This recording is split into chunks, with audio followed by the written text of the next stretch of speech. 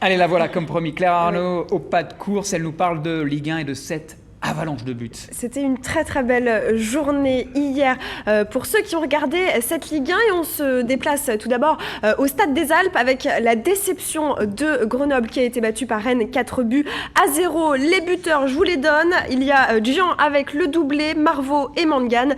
L'ambiance et le résultat désespèrent complètement le coach du GF38. Forcément, on écoute Bazarevic. Vous savez, déjà avant le match, c'était très difficile. Hein, parce que je vais pas.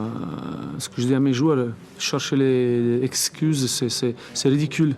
Après ce qu'on a fait, c'est vraiment.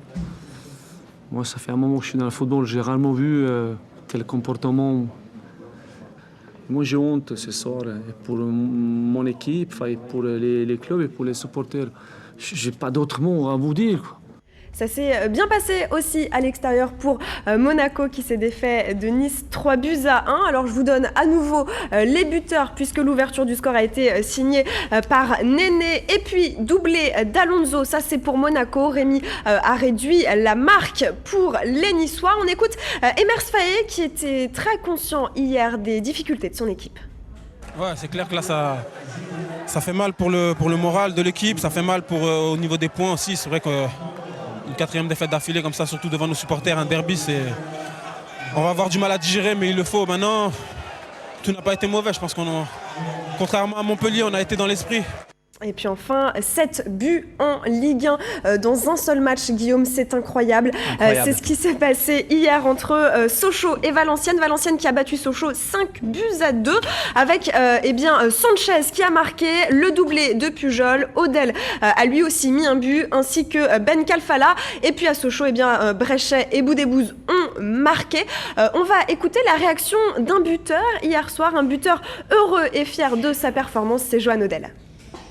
On a pris un but dès la 2e minute de jeu et il nous a fait très très mal. Mais bon, on ne s'est pas découragé, le coach nous avait prévenu et voilà, on a marqué 5 buts à l'extérieur. Donc c'est une super performance. Je me souviens l'année dernière, on avait mis le feu ici, mais on n'avait pas marqué, on avait pris un but à la fin.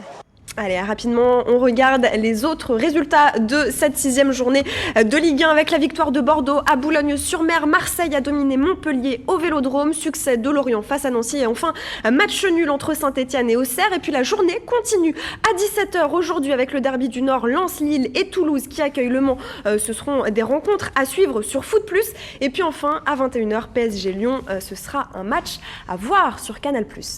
Super, alors vous le savez parce que vous la pratiquez, la samba c'est au Brésil, le boléro c'est en Espagne, festival à Barcelone. Festival, et vous faites bien de parler un petit peu de danse puisque le Barça a fêté sa victoire 5-2 hier face à l'Atlético Madrid avec une petite danse. Regardez, voilà, c'est comme ça qu'on fête la victoire et c'est plutôt pas mal. Ça va aller très vite dans ce match hier puisque dès la 2e minute, les Blaugrana ouvrent le score grâce à leur nouvelle recrue, le Suédois Zlatan Ibrahimovic. 3e but en 3 matchs. Lionel Messi fête sa prolongation de contrat en doublant la mise à la 16e minute de jeu. Puis c'est au tour de Dani Alves de s'illustrer cette fois-ci sur coup franc. Enfin, Keita en combinaison avec Messi dans la surface de réparation augmente le score. Voilà, là on en est à 4-0 pour les Blaugrana. L'Atlético va un petit peu se reprendre à la fin de cette première période grâce à Agüero. Et puis au retour des vestiaires, un nouveau but des Colchoneros. Celui-ci, il est signé Forlan. Et le dernier mot est néanmoins pour qui ? Pour Lionel Messi qui va signer le doublé, une large victoire, 5-2. Une victoire aussi pour la Juve avec un petit peu moins de buts, ça c'était en Italie avec la domination 2-0 sur le promu Livourne. Regardez les images avec Trezeguet qui était titulaire mais qui n'a pas marqué, c'est la Quinta qui ouvre le score, vous l'avez vu à la 8e minute de jeu. Marchisio marquera le but du 2-0 pour une 4e victoire de rang des Turinois, les Turinois qui prennent provisoirement la tête du classement. Et en Angleterre, de l'autre côté de la Manche, Claire, est-ce que l'on marque des buts ? Quelle question, évidemment, et on en marque beaucoup. On va commencer avec la rencontre West Ham-Liverpool, gagnée par Liverpool 3-2. Fernando Torres qui a excellé hier soir. Regardez, c'est lui qui lance le match en inscrivant son 4e but cette saison. West Ham égalise grâce à Diamanti sur penalty. Les Reds prennent ensuite de nouveau l'avantage. Corner de Benayoun et but de Keut cette fois. Mais West Ham n'a pas dit son dernier mot. Cole remet les Hammers à niveau avant la pause. Enfin, Liverpool arrache la victoire en deuxième période avec le doublé de Fernando Torres. Score final 3-2. On parle également d'Arsenal qui a fait un carton plein hier sur la pelouse de Wigan. Une victoire 4-0 grâce à son défenseur Thomas Vermaelen. C'est lui qui s'illustre en premier dans cette rencontre. But à la 25e minute. Et puis en deuxième période, il remet ça à la 49e minute après un relais d'Emmanuel Eboué. C'est le 3e but en championnat du défenseur. Eduardo d'un tir détourné par Eboué et Cesc Fabregas vont alourdir la note. 25 buts en 8 matchs pour les Gunners. C'est en moyenne 3 réalisations par rencontre. C'est énorme. À suivre aujourd'hui dans le championnat anglais. Manchester United, Manchester City, le derby.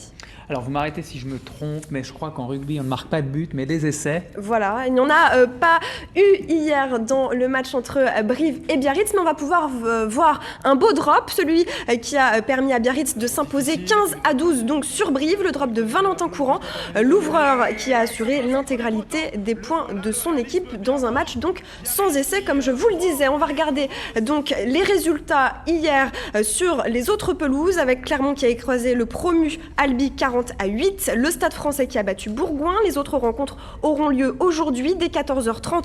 Castres affronte le Racing et Perpignan accueille Montauban. Et puis enfin à 16h, Toulon joue face à Toulouse en direct. Ce sera sur Canal+.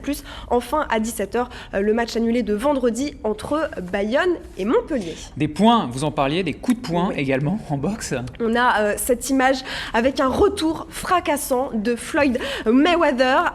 Après 21 mois loin du ring, il confirme que c'est toujours lui le king. Il a battu cette nuit à Las Vegas le Mexicain Juan Manuel Marquez par décision unanime des juges.